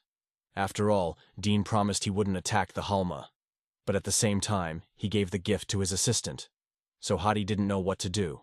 As suddenly, the thought came to him that Dean really didn't like his gifts, but he believes in further cooperation, so he let them go. And since that was the case, Hadi decided to give Dean another gift that would show all the Halm's sincerity and respect for the new master of the Sagos. As they approached the gates of the town, the first thing Dean saw was an excited Vicky. I could tell by the look on the girl's face that she was scared. Dean began to worry that something had already happened during his absence. But the girl was just worried that something had happened to our hero. But Dean, with a smile on his face, reassured Vicky and asked, "The first order of business was to find the best cook for the town." The girl said sarcastically, "I thought you were going to die. I even started looking for a new partner. But you're not scratched, so less trouble. By the way, I have something to show you." The arrival of the Creighton has brought many adventurers to the area. All these players saw what happened, and also decided to be part of the new Sagos under Dean's leadership. And even that's not all. Vicky honored Dean's request, and invited the best craftsmen from across the continent to the city. But in addition to top-tier artisans, middle-class artisans had also arrived in town. Dean was glad to have everyone. Also, about 1,000 regular NPCs from different cities. In the ad, Dean promised the best possible living conditions, but only those who could earn it would get it. You mean the best of the best. This way, Dean wanted to weed out the untalented and lazy. Is a blacksmith of the highest caliber. Oaks. He creates medium grade and above. This cute girl is Yuppie. She is also a master of the highest category. Her craft is cooking. The food she cooks helps you level up. Of course, the Ouchs and Yuppies got it right away, jobs in Sagos. Then, Dean said, "Does anyone else wish to demonstrate their skills? If not, today's master recruitment event is over." And then a small and fragile female hand came up from the crowd. "Wait, I want to go to the Sagos too." This girl looked quite mysterious. But before she named her profession, she asked one question. Can Dean guarantee her safety within the walls of the city? If so, she'll reveal all her cards. If not, she'll leave town immediately. Our hero assured that as long as any man was within the walls of Sagos, he was in no danger, as long as Dean was alive and running the city. That answer satisfied the girl, and she decided to open up and serve Dean. Her name is Kelly, and she's a pharmacist of legendary caliber. NPCs with this level of skill are extremely rare. Plus, Kelly was a pharmacist, a profession in itself incredibly rare due to its complexity. You could say Dean just hit the real jackpot by signing Kelly. And then, when it seemed that everything had been decided, a squeaky man's voice sounded in the distance. Please forgive me. This giant blocked the road. It took a long time to get around. Running up, the stranger pleased Dean's hand and introduced himself as an auctioneer named Savvy. Plus, he was an old acquaintance of Vicky's. And the girl warned Dean to be very careful with him. But despite the girl's warning, Dean still decided to hire Savvy. As dusk approached, Dean decided to walk the streets and see what was going on in town. And he was happy with what he saw. The city was finally beginning to flourish. But there was one more unresolved question. What to do with taxes? Honestly, Dean had no idea what prime rate was considered the norm. Hadi comes running up to our heroes with a new gift. Dean honestly didn't expect to see him again. But he was even more surprised by the gift Hadi had brought him this time. It turned out to be a black gem whose status was classified by the system. Dean had never heard of anything like this before, so I thought it was just another update. But the very feeling of the unknown added to Dean's interest. So he accepted the gift without too many questions. Like our hero friend said, by the way, Vicky, what we were talking about. Taxes depend mainly on the size, location, and climate in which the city is located. The standard levy is about 15%. Hadi confirmed what Vicky said. But to Dean, that amount of money seemed like a rip-off. Unfortunately, such an amount is needed for cities to thrive steadily. But those whose businesses fail lose every penny and are sent into chaos. Now, our hero was faced with a very hard choice. Then, he came up with a plan that, if successful, would bring everyone a good life, but if unsuccessful, would destroy the Sagos. Dean ended up imposing a 1% tax on profits. Any educated person realizes this is absurd, but it's his style nonetheless. In the evening, Oaks gave out the first quest for players. He needed 6 pieces of pure iron and would give 1 gold coin as a reward. Such a high reward for such a simple quest caused quite a stir among the players, and Kelly opened her own potion store. In other words, the town is blossoming. In addition, even the simplest potions she prepared had incredible effects, but the price was appropriate. As a friend, a girl walked into Kelly's shop with Nick Jello. Despite her idiotic name in the game, she was a true legend. After all, she was as high as level 39. She, like everyone else in this store, was looking for the right potion to complete a quest and level up. In the end, the girl acquired 2 medium-sized potions of strength. The quest she's on can't use multiplayer mode, so she took 2 potions to increase her chances of success. Jelly came to Sagos by accident. She wanted to try her luck in a fight with Kraton like everyone else, but she didn't have time. Yet she didn't regret being here for a second. While walking the streets, she came across a Yuppie store. She was pleasantly surprised to find that her food also increased her strength. All in all, Sagos left a pleasant impression on me. After leaving the city, Jello was the first thing to go on a quest. Even though she had done it so many times, she had memorized all the attack mechanics and revive points. The dungeon was much easier with the Yuppie bun buff. However, the real test awaits her at the end of the cave, although not without injuries, but this time the girl dealt with the monsters much faster. In the end, she was able to make it to the final boss. But before going into his lair, Jello drank the potion she bought from Kelly. Waiting for the girl outside the door was an ancient demon called Morpheus, an incredibly dangerous and powerful monster. Before, Jelly could barely pierce his thick skin, let alone deal any serious damage. But now it's different. The increase in damage also increased the strength of the weapon, which allowed to pierce through the demon's armor. Plus, the boost from Yuppie buns and Kelly's potions overlapped each other without penalty. Plus, Kelly's potion lasts longer than usual. That's what a master of the legendary class is all about. Eventually, Jello was able to cut the demon in half and complete the quest, for which I received the title of Pioneer. The news that the girl had completed the Land of Chaos quest quickly spread throughout the game. So unsurprisingly, every other person was discussing the event. On her personal forum, a girl wrote that she was able to pass the quest only thanks to a steam bun of medium quality and a potion of power of the highest quality. Jelly was not the only one who tried to pass the Land of Chaos. Therefore, many players had the question of where to get these item rolls. Meanwhile, an emergency meeting of the Allies was called at the Rosen residence. The reason for the rush was that the city's leader was worried that the sudden change in the world's political situation. There could be an imbalance of power and war could break out. But if you get to the root of the problem, it's all the fault of our hero's politics. Sagos has the most loyal program for all aspiring artisans. So the best of the best leave the cities. Mayor Torque saw only one way out of this situation: eliminate his opponent before it was too late by any means necessary. When his allies learned of this, they tried to change Torque's mind. They knew that Dean had recently single-handedly destroyed a Kraton, and before that, he had single-handedly taken over an entire city. So there's no way to settle this by force. To which Torque replied angrily, "Fools, why do you think I called you here? I want us to join forces and destroy the Sagos." Torque intended to send 6,000 of General Monty's elite soldiers, and he demanded no less from his allies. From the outside, it looks like an equal negotiation, but in reality, they have no choice. After all, if they refuse, Monty and Torque will destroy their cities in a matter of hours. But since the allied cities were much smaller than Rosen, they were only willing to provide 2,000 fighters from each city. Although not exactly what the Torque expected. He felt he could destroy Sagos with such a force, and appointed General Monty as commander-in-chief. After all, the plan to destroy Sagos was set in motion. Back to our hero. Checking to see if everything was okay, Dean came across a small brawl on one of the streets, the cause of which was a mess in line at Kelly's store. The demand for potions was so great that the girl simply did not have time to make them.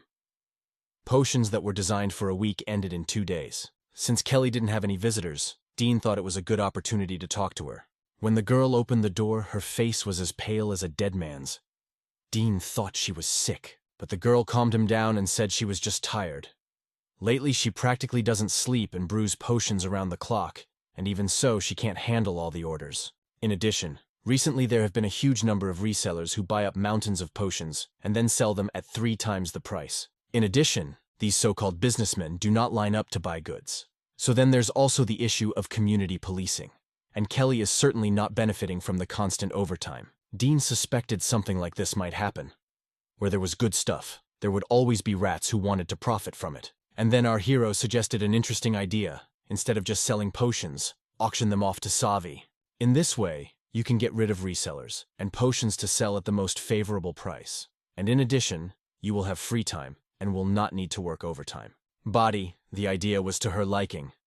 But she was worried that she would only be able to make 30 vials a day. But Dean explained to her that the smaller the quantity of an item, the higher the price on it, whereupon Kelly agreed. Coming out of the store, Dean met Vicky, who praised him for a great job. Our hero had a logical question about what the girl was doing here.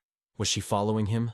But Vicky explained that she found out there was a fight outside the potions shop, and decided to eliminate it. But when she got there, no one was there, and everything was fine. Dina grabbed the girl by the shoulder and said in a serious voice, "It doesn't matter, you're just in time." Getting as close to Vicky as possible, Dean began to whisper, "I have something important to tell you." And then a smile appeared on his face. Then he said, "I am officially making you manager of Sagosa."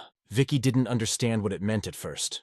But when she realized the news, she almost fainted with surprise. The girl was grateful that Dean trusted her with such a position. But she doubted it was right for her. The manager was the kind of person everyone trusted, and Vicky's reputation was questionable. But on the other hand, people trusted Dean despite his status and reputation, and trusted his choice, and he chose Vicky. As suddenly, a horn blared at the gates of Sagos, after which Dean was notified that the combined army of Rosen, Shankadi, and Rokash had declared war on him.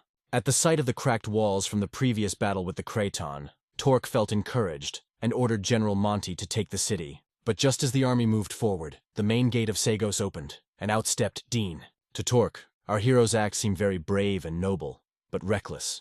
He did not believe that one man could stand against an entire army. Dean interrupted Torque during his fiery speech and said, "There's a lot of you. I'm too lazy to deal with you one by one. And my city needs guards, and I can offer you much more attractive conditions than those you work on now, if you want to join the Sagos." When he heard that, the Torque almost fell off his horse laughing. He thought it was Dean's way of hiding his fear and bribing the soldiers, after which the man gave Dean an ultimatum. If our hero could win over General Monty, he would not destroy the Sagos and would allow the city to become part of Rosen. Unlike the Torque, General Monty was a man of honor. Therefore, before the battle he showed respect and reluctance to fight, but he could not disobey his master's order. Getting down from his horse, the Monty bare his sword and prepared for battle. Dean didn't bother to talk him out of the fight again. He was too tired of all these splintering idiots who only understood force. Delivering a murderous doom, our hero unleashed only a fraction of its power to instill fear in the souls of his enemies. While Monty and everyone else was stunned by what they saw, Dean went on the attack. But our hero's main target wasn't Monty. He realized that this guy is just a hostage of circumstances, and the real villain here is Torque. Dean's first blow sliced through the man's chest and killed him. After the main instigator of this madness lay breathlessly on the floor, Dean asked again, "Are there any who would like to join the Sagos?" Honor urged Monty to avenge his lord, but common sense said they were not to be given Dean under any circumstances. Besides, the Torque has treated Monty like garbage his whole life, so he was the first soldier to bend the knee and declare his will to join Sagos. The allies who led the troops to the city walls realized they would meet the same fate as the Torques, so they decided to flee before it was too late. But Dean wouldn't let them do that. He wasn't going to kill them. He just wanted to know why they'd decided to go to war with the Sagos. When suddenly one of them said in a trembling voice, "Mr. Wildfire, you misunderstood us. We are here to present you with gifts. These soldiers are our gift." They said that the bargaining blackmailed them and they had no other choice. They themselves do not want war.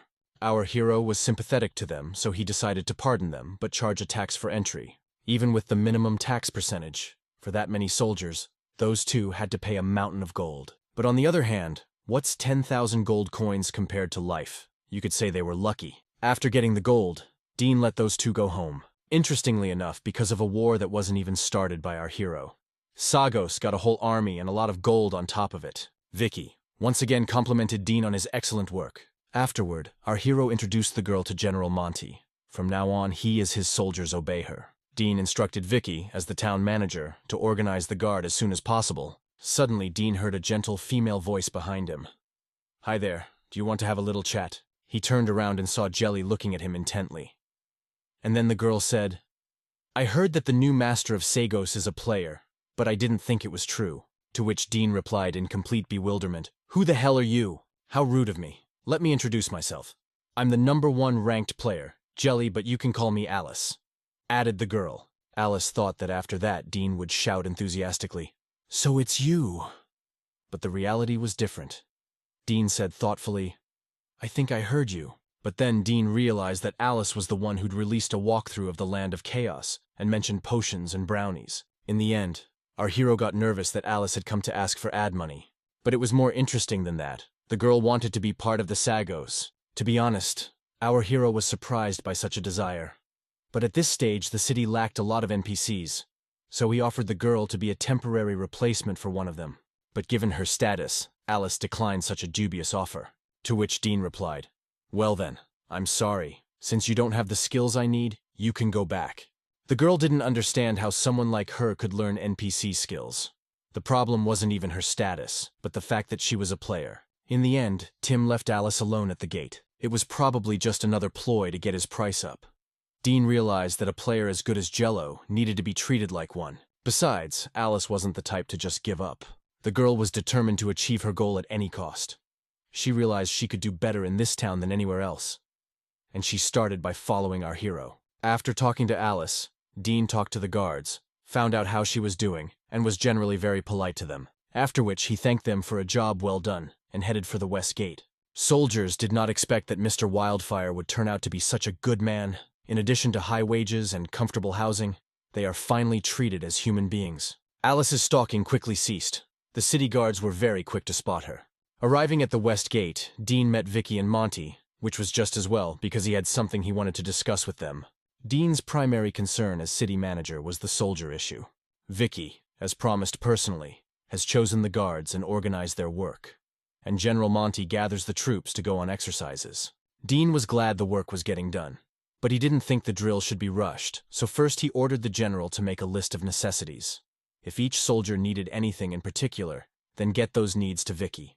You gotta admit, Dean built a great system that brings in a mountain of gold. What am I asking? It's all about Savvy's auction. After the publicity from Elsa, the demand for Kelly potions is crazy. With auctions and healthy competition, the town can make a lot of money. After being left alone, Dean asked Vicky if she knew anyone who could appraise the stone that Hattie had given him. Our hero wanted to check something out. Luckily, Vicky knew such a person, but there was one problem. It was a healer named Windsor, and she lived in the town of Rokasa, whose owner had recently been charged a toll by the Din.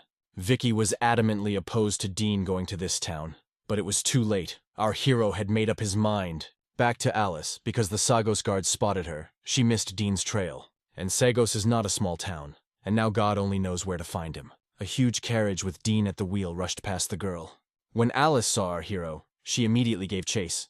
She's really stubborn. Toward evening, Dean arrived at the eastern gate of the city of Rokas. For obvious reasons, the guards wouldn't let Dean into town, much less with a wagon. Dean completely forgot that because of his reputation. Traveling between cities just won't work. Wherever he goes, everyone will treat him like a vicious criminal. It's good to know that at least the tyrant's profession is hidden from view. Walking up to the guard, Dean politely explained his purpose for coming to town and asked to be let through. Seeing the doubts on the faces of the guards, our hero said, "Let's do it this way. If you let me through, and I don't say that you saw me and I won't kill you." The guards finally let Dean inside. Funny how they didn't even ask for money. Fear is a powerful thing. After a while, Eliza came to Rokos.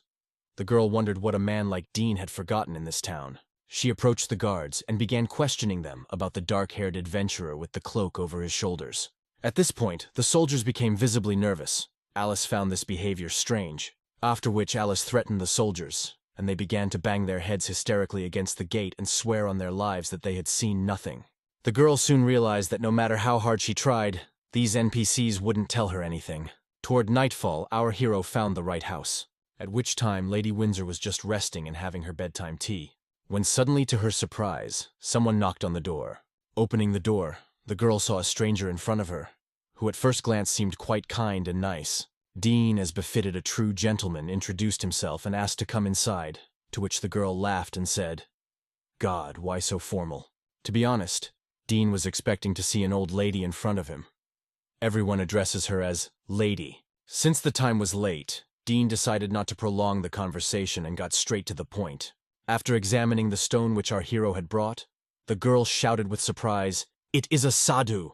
Meanwhile, the master of the city was informed that a certain adventurer had arrived in town. From the description, the man knew right away it was Dean. But he was concerned about the purpose of our hero's arrival in the city. The man thought Dean had come to town to collect tolls, or worse. His secretary tells him that our hero is at Lady Windsor's at the moment. Not understanding what is going on, the head of the city decided to be reassured and give the gold to our hero right now. Back to our hero, Dean had heard of a sadhu before, but he couldn't remember what it was. Lady Windsor told me that the Sadhus are a legendary clan who are said to rule the world. No other beings in the world can compete with them. Legend has it that Sadhus are peaceful and friendly. They were loved by all living beings, and so they were able to dominate all kinds of natural beings. But that same kindness is what led to their demise. Most of the times on this continent are greedy and selfish. Even if the Sadhus are able to repel the attack, they will not allow the Sadhus to continue to grow stronger. That's the reason they've been expunged from the history books. The girl had figured out the origin of the stone, but it would take time to learn more about it. Dean thanked the hostess for her hospitality and said there was no need for detailed tests. He originally wanted Lady Windsor to tell us as much as possible about this stone. Well, talk to her a little. Dean suggested the girl move to Sagos. The girl was stunned by such a proposal, but was determined to agree. However, there was one small problem. A person like her cannot just move to another city. First, you need to get permission from the owner of the city. When Dean learned about this, he asked not to worry. These words made Lady Windsor feel better, because she herself was thinking about moving, when suddenly, someone knocked on her door again. Dean asked the girl to study the stone, and in the meantime, he would meet the guests. Opening the front door, our hero saw the owner of the city in front of him, who was clearly excited about something. And then our hero said, "Oh, you're just in time. I'd like to take Lady Gindasdor with me to work in my city.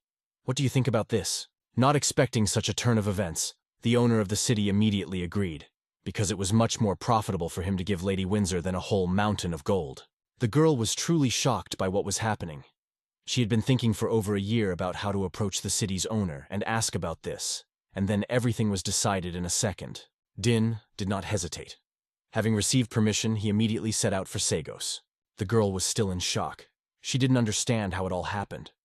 Run out of the house. She asked again if the owner of the city was okay with her leaving. To which he replied, "Of course, you can safely go with Lord Wildfire, don't worry." Seeing Dean leaving with Lady Windsor, the master of the city asked what to do with the money he owed. Smiling, our hero replied, "I completely forgot. Keep them for yourself. The only thing is help Lady Windsor with the move, thank you." What can I say? Everyone benefited from this deal. Meanwhile, after waiting until darkness, Alice decided to sneak into the city to track down our hero. Returning to Sagos, Dean brought Lady Windsor to his residence so that she could examine the stone in peace. But this turned out to be not such a simple task as it seemed at first. There is some kind of seal on this stone, with which the girl can do nothing. But after research, Din learned that this stone is the key to the sanctuary of the Sadhu. But now the question is where to find this sanctuary. Unfortunately, Lady Windsor had never heard of such places either. But she did have a map of the Clarence Valley, the original territory of the Sadhus. Maybe it's somehow or maybe in searches. Once again, Dean was convinced that bringing Lady Windsor was the right decision. She not only helped him figure out what kind of stone it was, but also gave him a valuable item. Seeing how tired the girl was, Dean asked Vicky to take her to a temporary home until the boorish gentleman brought his things. Opening the map and realized several things. Firstly, this map was clearly inferior in accuracy to the modern one. However, they indicated many more trails.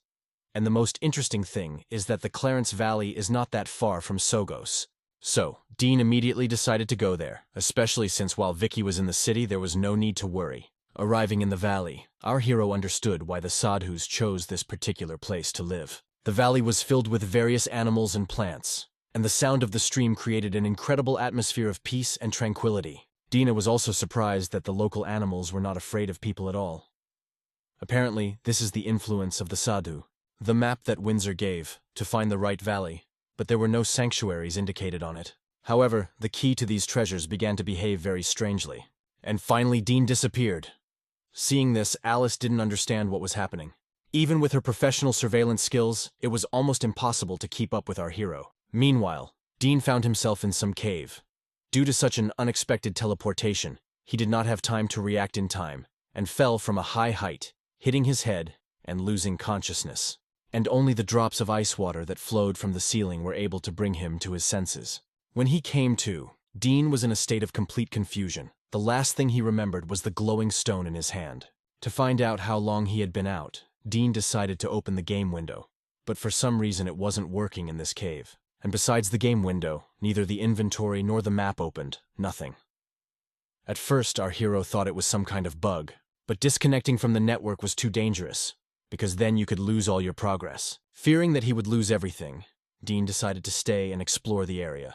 At first, our hero thought that the weapon attached to his waist was too bulky. However, now he is glad that it is here and not in the backpack, which now does not open. When suddenly, walking through the tangled labyrinths, the stone began to shine again. And then Din remembered that after this stone lit up the last time he lost consciousness.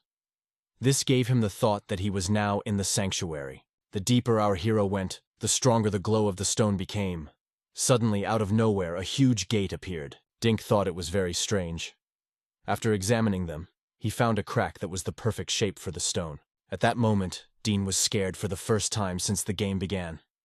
He didn't know what would happen next. After the gates opened, a voice came from the darkness. "My child, welcome to the Holy Land." Inside, the room appeared to be an ordinary boss room, with the silhouette of one of the Sadhu clan members standing at the end. When suddenly the spirit said, "I have been waiting for you for a long time. Most likely our clan is destroyed. But since you came here, it means you want to receive the power of your ancestors. So I will arrange for you an appropriate test." I wonder what kind of ancestral power this man is talking about.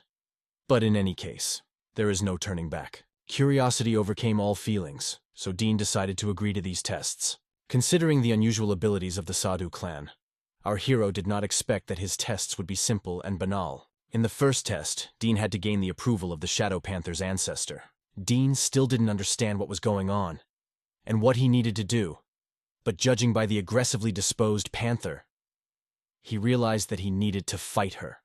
Apparently, winning the duel could gain the beast's approval. Suddenly, the panther pounced on Dean. Our hero simply had no choice but to fight back, and with one blow, he cut the beast in half. The Sadhu monk clearly did not expect such an outcome. Without holding back his emotions, he shouted, "Your mother!" Hearing this, Dean said angrily, "Hey, uncle, what did you say?" To which the monk simply replied, Do you want to continue the tests? But our hero wasn't going to just leave this situation. He realized that such emotionality couldn't be found in a regular hologram, and that meant that this monk was a real person. After which, the second round began without Dean's consent, and from the portal flew a huge bird with 4 wings. These birds were once the loyal companions of the Sadhu clan. If Din can defeat him, he will receive the help of the Luan clan. At first glance, it was clear that this bird was much stronger than the panther. Firstly, all members of the Luan clan use wind elemental techniques, which allows them to attack their enemies. This is the first time Dean has encountered such an enemy. He knew that the beast would not let him get closer.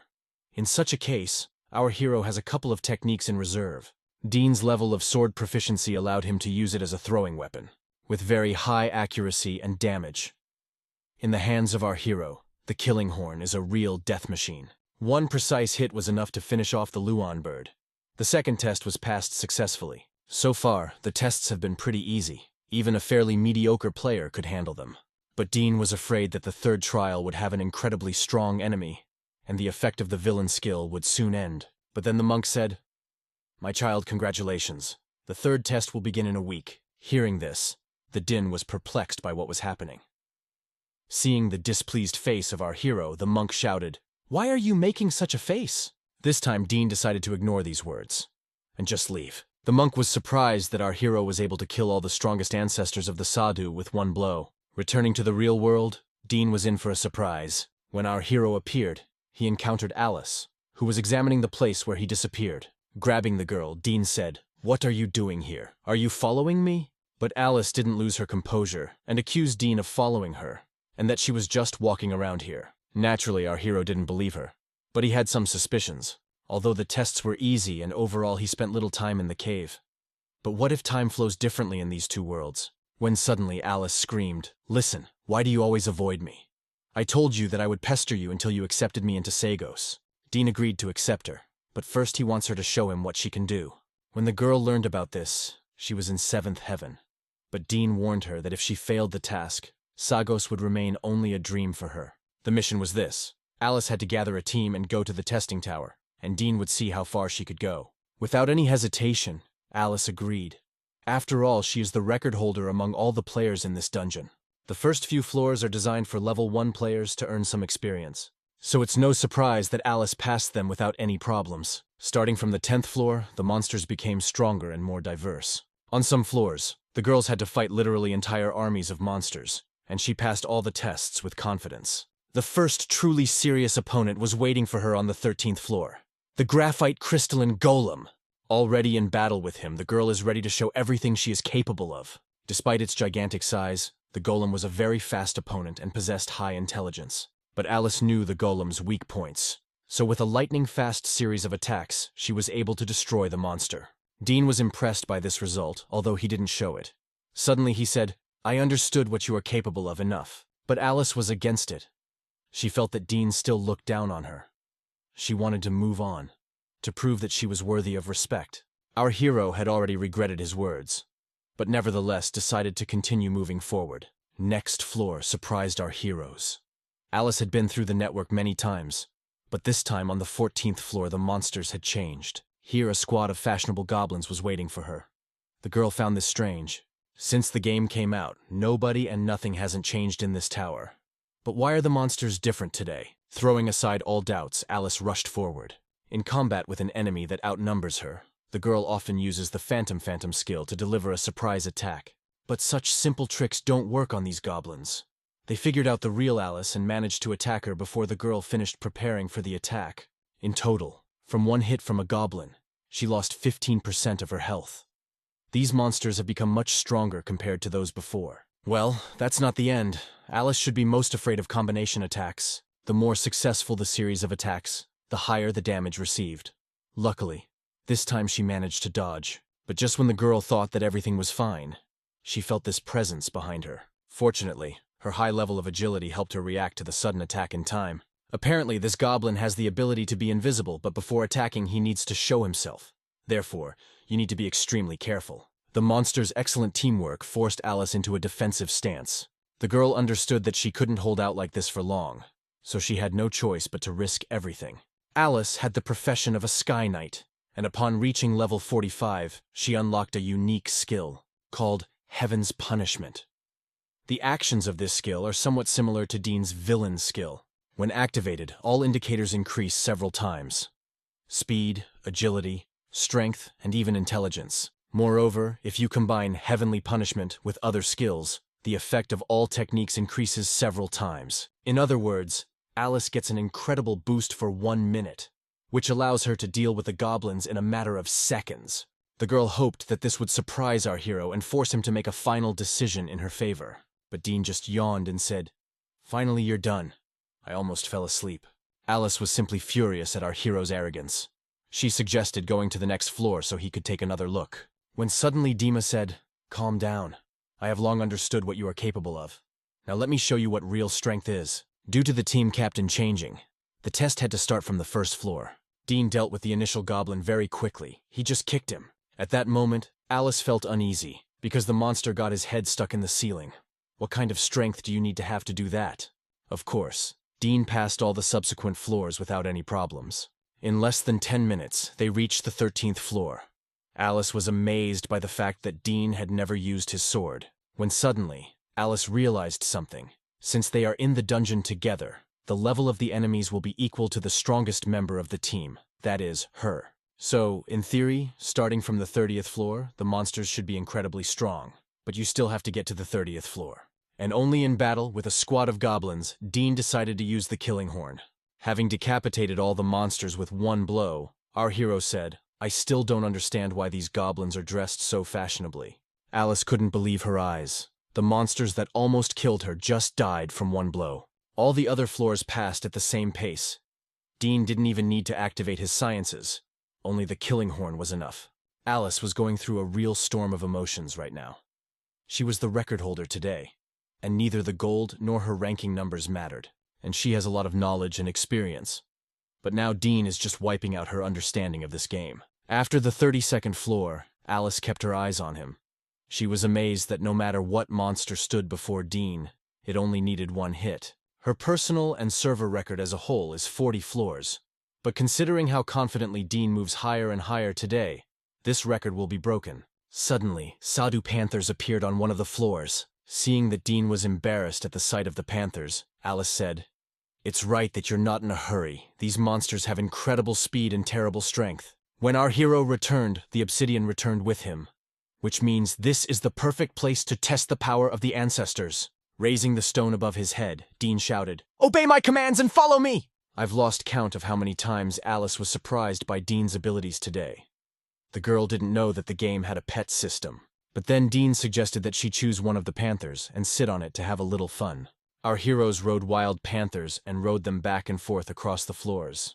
Dean was clearly having fun, but Alice still couldn't believe she was riding a panther. On the 2nd floor, our heroes met the Luan birds, and our hero again pulled the same trick as with the panthers. Now, they didn't just run around the floors on panthers, but arranged real races with birds. Already on the 43rd floor, our hero's opponents were creatures called elements.